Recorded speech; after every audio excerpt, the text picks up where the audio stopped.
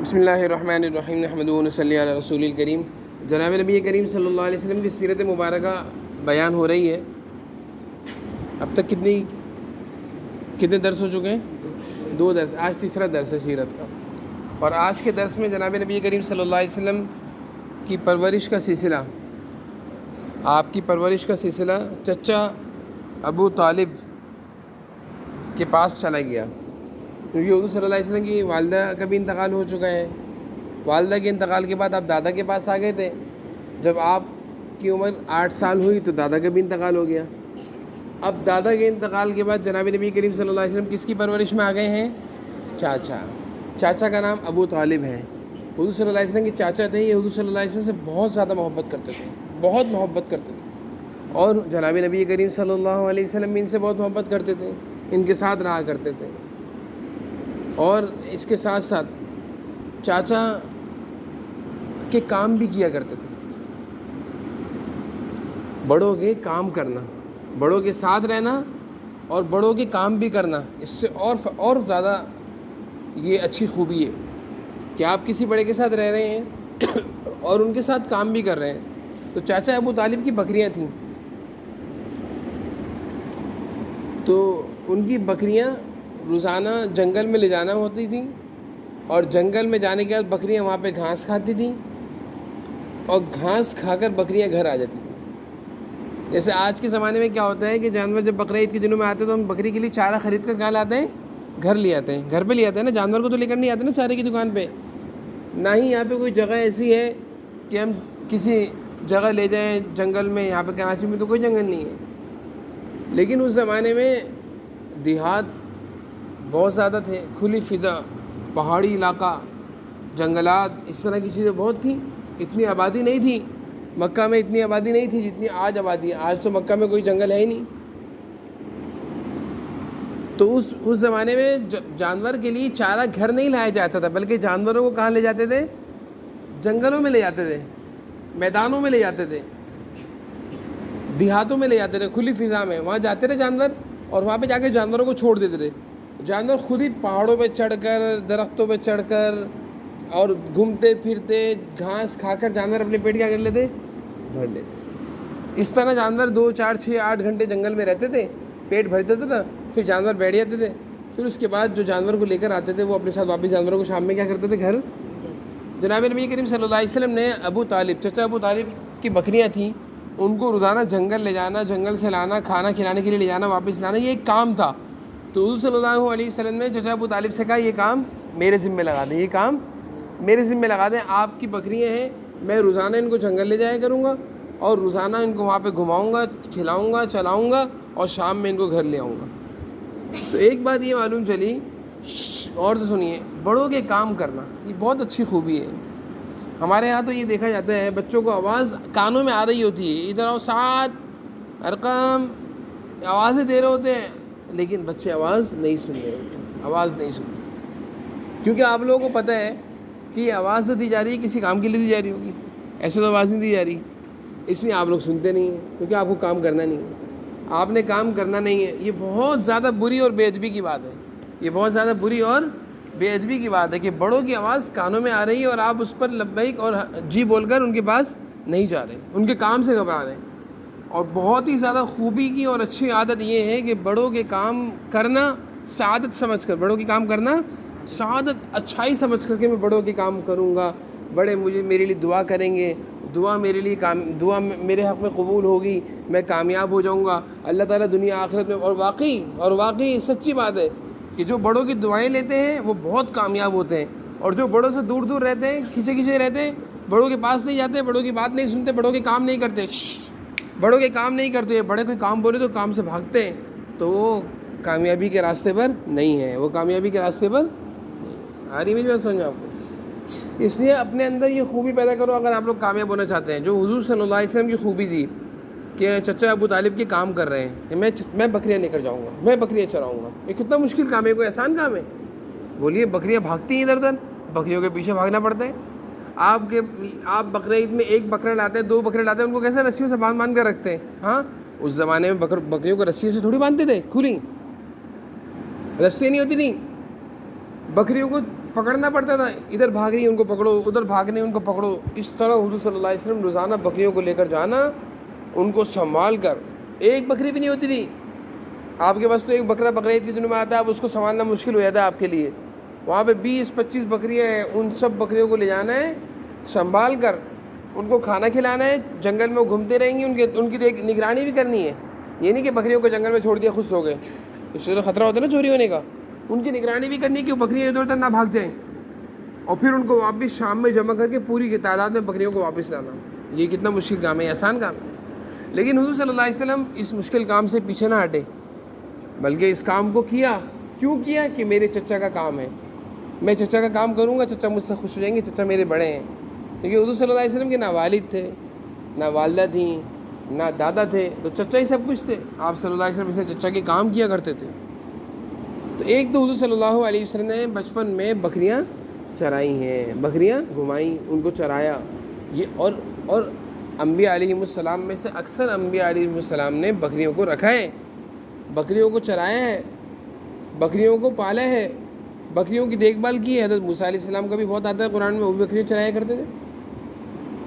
انہوں نے بھی 10 سال، حضرت موسیٰ علیہ السلام نے 10 سال حضرت شعیب علیہ السلام کی بکریوں کو چرایا ہے. 10 سال قرآن میں آیا ذکر. تو یہ کام انبیاء علیہ السلام کا تھا. بہرحال بکریوں کا رکھنا یہ انبیاء علیہ السلام کا طریقہ ہے، اچھا کام ہے. لیکن بکریوں کے علاوہ کسی اور جانور کا رکھنا، جیسے کہ لوگ کتوں کو پالتے ہیں، ڈاگ یہ پالتے ہیں، ان کا پالنا، ان کو رکھنا، یہ فرشتے اس گھر میں نہیں آتے جس گھر میں یہ رکھے جاتے ہیں. آج کل کے دور میں لوگ ڈاگ رکھتے ہیں گھر میں، نا دیکھا آپ نے، گھروں میں پالتے ہیں، رکھتے ہیں، اور نہ اس کو سمجھتے ہیں ہم بہت بڑے کوئی اچھا کام کر رہے ہیں. اچھا کام نہیں کر رہے. جس گھر میں ڈاگ ہوگا، کتا ہوگا، اس گھر میں فرشتے رحمت کے نہیں آنے. جس گھر میں تصویر ہوتی جانوروں کی، اس گھر میں تو فرشتے رحمت کے نہیں آنے. تو جس گھر میں لوگ یہ شوق آپ لوگوں میں سے کسی کا نہیں ہونا چاہیے، کبھی بھی شوق پیدا نہیں کرنا. جیسا انسان جو چیز رکھتا ہے وہی اس کے اندر عادتیں آتی ہیں. بکری کی عادتیں بکری رکھنے والے میں آئیں گی. بکری کے اندر بڑائی نہیں ہے، بکری تنگ مارتی نہیں ہے کسی کو، بکری کاٹتی نہیں ہے کسی کو، بکری کسی کو تنگ کرتی ہے نہیں کرتی، بکری کسی کو کچھ نہیں کہتی. تو بکریاں رکھنے سے بکری کی عادت آتی ہے، اور ڈاگ رکھنے سے ڈاگ کی بری عادت ہے. ڈاگ کاٹتا بھی ہے، بھونکتا بھی ہے، مارتا بھی ہے، نقصان بھی پہنچاتا ہے، خطرہ بھی رہتا ہے. تو جو ڈاگ رکھتا ہے اس کے اندر ڈاگ والی عادت آتی ہے، لوگوں کو نقصان پہنچانا، تکلیف دینا. اس لیے میں یہ بتا رہا ہوں کہ بکریاں رکھنا تو حضور صلی اللہ علیہ وسلم کی سنت کہہ سکتے ہیں، انبیاء علیہ السلام کی سنت. لیکن اس کے علاوہ ڈاگ جیسا جانور رکھنا اس کو گناہ ہے. فرشتوں کا آنا رک جائے گا آپ کے گھر میں. تو حضور صلی اللہ علیہ وسلم چچا ابو طالب کا کام کیا کرتے تھے. ایک دفعہ ایسا ہوا کہ چچا کو شام جانا پڑ گیا. شام ایک علاقہ تھا، مکہ سے فاصلے پر تھا، دور دراز کا ایک علاقہ تھا. تو کاروبار کے لحاظ سے چچا شام جا رہے تھے. تو جناب نبی کریم صلی اللہ علیہ وسلم نے چچا سے کہا، چچا میں بھی آپ کے ساتھ چلوں گا. چچا نے کہا بیٹا شام کا سفر لمبا سفر ہے، دور دراز کا سفر ہے، اور گاڑیاں تو اس دور میں تھیں نہیں، اونٹوں پر وہ سفر ہوگا، تم پریشان ہو جاؤ گے، مت جاؤ. تو حضور صلی اللہ علیہ وسلم نے کہا کہ چچا میں آپ کے بغیر نہیں رہوں گا. میں نے آپ کو یہ بات شروع میں بتائی ہے کہ حضور صلی اللہ علیہ وسلم چچا سے الگ نہیں رہتے تھے، ساتھ ساتھ رہا کرتے تھے. یہ بات میں نے کل بتائی تھی آپ کو اس سے پہلے والی تعلیم میں، کہ بڑوں کے ساتھ رہنا، بڑوں کے ساتھ رہنا یہ بھی ایک بہت بڑی خوبی ہے. بڑوں کے ساتھ ساتھ رہنا، ان کی خدمت میں لگے رہنا، ان کی خدمت میں لگے رہنا، ان کے ساتھ بیٹھے رہنا، ان سے پوچھتے رہنا کچھ چاہیے آپ کو، کچھ لا دوں، ٹانگیں دبا دوں، سر دبا دوں، پانی پلا دوں. یہ بڑوں کے ساتھ ساتھ رہنا یہ بھی کیا ہے، ایک بہت بڑی. تو حضور صلی اللہ علیہ وسلم کے اندر یہ بہت زیادہ خوبی تھی کہ چچا کے ساتھ رہتے تھے. چچا جانے لگے تو آپ صلی اللہ علیہ وسلم نے کہا چچا مجھے بھی لے چلیں، اور آپ رونے بھی لگے کیونکہ آپ کی عمر 8-9 سال تھی. آپ چچا کے ساتھ جانے کے لیے رونے بھی لگے، چچا آپ مجھے بھی لے چلیں، آپ چلے جائیں گے میں اکیلا رہوں گا، میرا دل نہیں لگے گا آپ کے بغیر. چچا ابو طالب بھی حضور صلی اللہ علیہ وسلم سے بہت محبت کرتے تھے. آپ لے جانے پہ تیار ہو گئے. اچھا بیٹا بھتیجے آؤ میرے ساتھ چلو، آؤ بیٹے میرے ساتھ چلو. تو قافلے میں ایک قافلہ تیار ہوا، اکیلے نہیں جا رہے تھے، مکہ کے اور لوگ بھی تھے. ان سب لوگوں نے مل کر سواریاں تیار کریں اور سارے کیا ہو گئے، شام کے لیے روانہ ہو گئے. شام جاتے ہوئے راستے میں ایک علاقہ آتا ہے، اس علاقے کا نام تھا بصرہ. اس علاقے کا نام کیا تھا؟ بصرہ. آج وہ علاقہ اردن کے نام سے ہے. آج اس علاقے کا نام کیا ہے؟ اردن. اس زمانے میں کیا نام تھا؟ بصرہ. جب ابھی شام نہیں آیا، شام دور ہے، شام کا علاقہ دور ہے، مکہ سے راستے میں پہلے اردن بصرہ آیا. تو بصرہ میں ایک راہب تھا. راہب کہتے ہیں عیسائیوں کے عبادت گزار کو. کس کو کہتے ہیں؟ عیسائی جو مذہب ہے، عیسائی لوگوں کے جو عبادت گزار ہوتے ہیں اس کو کہتے ہیں راہب. جیسے مسلمانوں کی عبادت گزاروں کو کیا کہتے ہیں؟ علماء، صلحاء، نیک لوگ، ہے نا. تو عیسائیوں کی عبادت گزاروں کو راہب کہتے ہیں، راہب. تو یہ عیسائیوں کا عبادت گزار تھا، عیسائیوں کی کتابیں اس نے پڑھی ہوئی تھی، سچا عبادت گزار تھا، اللہ کی عبادت کرتا تھا، اور اس نے اپنی عبادت کے لیے ایک عبادت خانہ بنایا ہوا تھا. کیا بنایا ہوا تھا؟ عبادت خانہ. اس میں ہی رہتے تھے، اس سے باہر نہیں نکلتے تھے، اس سے کبھی یہ باہر نہیں نکلتے تھے. لیکن ایسا ہوا کہ جب حضور صلی اللہ علیہ وسلم جس قافلے میں تھے، اور وہ قافلہ جو مکہ سے آ رہا تھا، جس میں آپ صلی اللہ علیہ وسلم بھی تھے، آپ کے چچا بھی تھے، اور مکہ کے لوگ بھی تھے، جب اس راہب نے اس قافلے کو آتا ہوا دیکھا تو اپنے عبادت خانے سے کیا نکل گیا؟ باہر آ گیا. عبادت خانے سے باہر آ گیا، اور اس نے اس قافلے کے لوگوں کا استقبال کیا. اس سے پہلے یہ راہب کسی کے بھی استقبال کے لیے باہر کسی سے ملتا بھی نہیں تھا. عبادت خانے میں 4 دیواری کے اندر ایک کمرے میں رہتا تھا، اس سے باہر ہی نہیں نکلتا تھا، مہینوں مہینوں اندر رہتا تھا، عبادت کرتے رہتا تھا. اور اس نے اس قافلے کا استقبال کیا، اور اس کے بعد سارے قافلے کے لوگوں کی دعوت کی. جب دعوت کی تو حضرت حضور صلی اللہ علیہ وسلم کے چچا ابو طالب دعوت میں سب کو لے گئے، لیکن حضور صلی اللہ علیہ وسلم کو لے کر نہیں گئے، کیونکہ وہ ڈرتے تھے کیونکہ غلط چیز آپ کو نہ کھلا دے کوئی. آپ صلی اللہ علیہ وسلم کی چچا ابو طالب بہت احتیاط کرتے تھے، بہت حفاظت کرتے تھے. تو سامان کے پاس آپ صلی اللہ علیہ وسلم کو وہیں بٹھا دیا کہ تم یہیں رہو، ہم تمہیں لے کر نہیں جائیں گے. ہمیں نہیں پتہ وہ راہب عیسائی ہے، کیا کریں ہمارے ساتھ. تو جب سب دعوت کے لیے پہنچ گئے تو راہب نے پوچھا بھائی ایک آدمی کم ہے. کون؟ ایک بندہ کم، ایک آپ کی جماعت کا ایک آدمی کم ہے. تو ان کو بتایا کہ ہاں وہ ہم سامان کے بغیر ہیں، ان کو بھی بلاؤ. ان کو بلوایا، آپ صلی اللہ علیہ وسلم بھی آ گئے.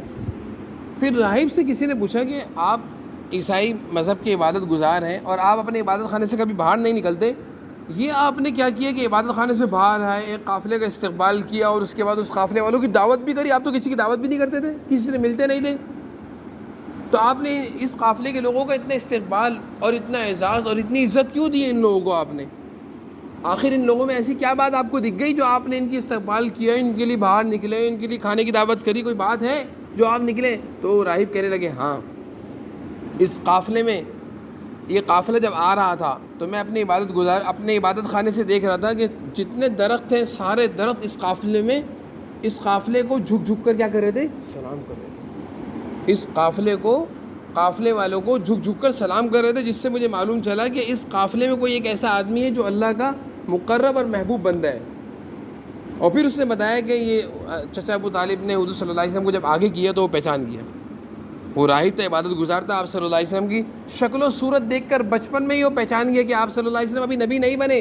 نبوت تو آپ کو 40 سال میں ملی تھی، لیکن ابھی 10 سال کی عمر ہے، 8 سال کی عمر ہے. اس راہب نے آپ صلی اللہ علیہ وسلم کو دیکھ کر بتا دیا آپ کے چچا کو، چچا ابو طالب کو، کہ یہ اللہ تعالیٰ کے نبی بنیں گے.